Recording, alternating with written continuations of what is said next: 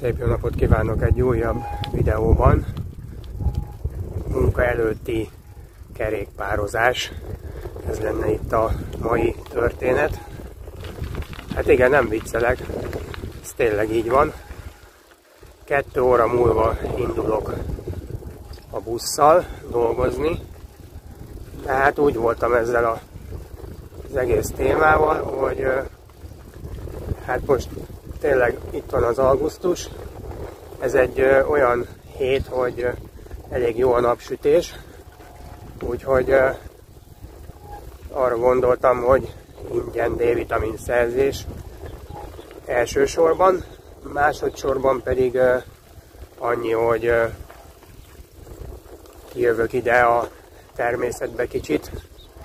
Mindig kell a feltöltődés tulajdonképpen, és 1 órát tudok itt eltölteni, de amúgy egyébként ez bőven elég, mert lényegében azt mondják, hogy nem is tudom, talán 20-25 perc a napon már tök elég a napi D-vitamin szint fedezésére, de hát én most itt eltöltök 1 órát körülbelül, aztán utána indulok vissza, evés, aztán busz. Hát igen, hát ilyen is van.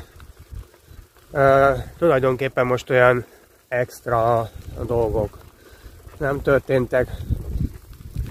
Lényegében óriási filozófiai mélységek nincsenek ma, hanem tényleg arról szól az egész, hogy kijövök és itt a természetben el vagyok egy kicsit. A hétvégén azt mondják, hogy szintén nagyon jó idő lesz. Mondjuk ezt a hetet azt abból sajnálom, hogy dolgozni kell, hogy tényleg ez egy nagyon ilyen kirándulós, balatonozós hét.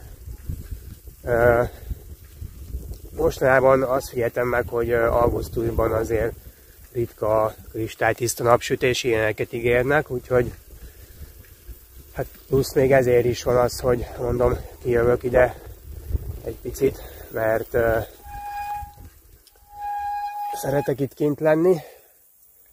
Aztán a másik meg, közben valami rászállt az orromra, vagy nem tudom, közben a másik dolog az, hogy hát igazából a jövőbeli dolgaimat sem látom teljesen pontosan, sőt inkább úgy mondom, hogy vannak kételyek, meg nem áll össze a kép, úgyhogy tényleg ilyen hatalmas nagy filozófiai mélységbe nem mennék bele. Annyi, hogy nem mintha nem tudtam volna ezt, amiről most beszélek majd, de hát úgy volt, hogy néztem a Facebookon egy ilyen túrázós srácnak az oldalát, aztán azt írta, hogy az élete az úgy alakult, hogy először mindenfajta műszakban dolgozott, meg pénzhajhászott, meg ilyenek, aztán amikor megbarátkozott a természettel, meg rászokott a kirándulásokra, túrázásokra, rájött arra, hogy sokkal többet érnek azok a dolgok, meg az, hogy az embernek van ideje, tehát az idő, mint lehetőség, fogalom. Tehát minél több ideje van az embernek, annál jobban ugye szerintem lehet önmaga. Ezt egyébként én mindig is vallottam, csak most máshogy alakult az életem. Hát azt mondom, hogy most próbálom a veszteségeimet minimalizálni, mert hát az utóbbi fél évem az tényleg, hát nem is fél év, azt mondom, inkább 3/4, ami elég szép anyagi veszteségekről szólt, úgyhogy valamit már tenni kellett az ügy érdekében. De amúgy én is osztom ezt a véleményt, mert szerencsésnek mondhatom magamat, hogy 8 évig tudtam olyan életet élni, ahol jóval több szabadidőm volt, mint az átlag embernek. Persze annak is megvolt az ára, mert ott meg ugye fizikálisan hurcantam ki, de akkor is több szabadidő volt, mint egy átlag embernek. Úgyhogy tudom, hogy miről van szó, és hogy ez egy mekkora érték. Na most nyilván hosszú távon erre kell törekedni, rövid távon lehet, hogy más megoldásokat kell alkalmazni, de tényleg azt mondom, hogy a hosszú távú célok érdekében, közben így előre tekintettem egy kicsit a napszemüveg fölött, tehát a hosszú távú célok meg az álmok érdekében lehet, hogy áldozatokat kell hozni. Sőt, biztos, ezt most már váltig merem állítani. Úgyhogy, hát így vannak ezek a dolgok. Úgyhogy, ha más nem, akkor tényleg a videóm egyik lényege az az, hogy valóban valahogy nagyobb egyensúlyt vagy kell teremteni az életben, mint ahogy azt az ember megteszi. És ezt még úgy mondom, hogy még igazán bele se vetettem itt a lecsóba magamat.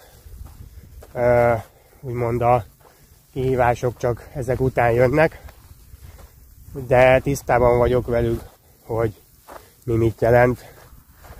Úgyhogy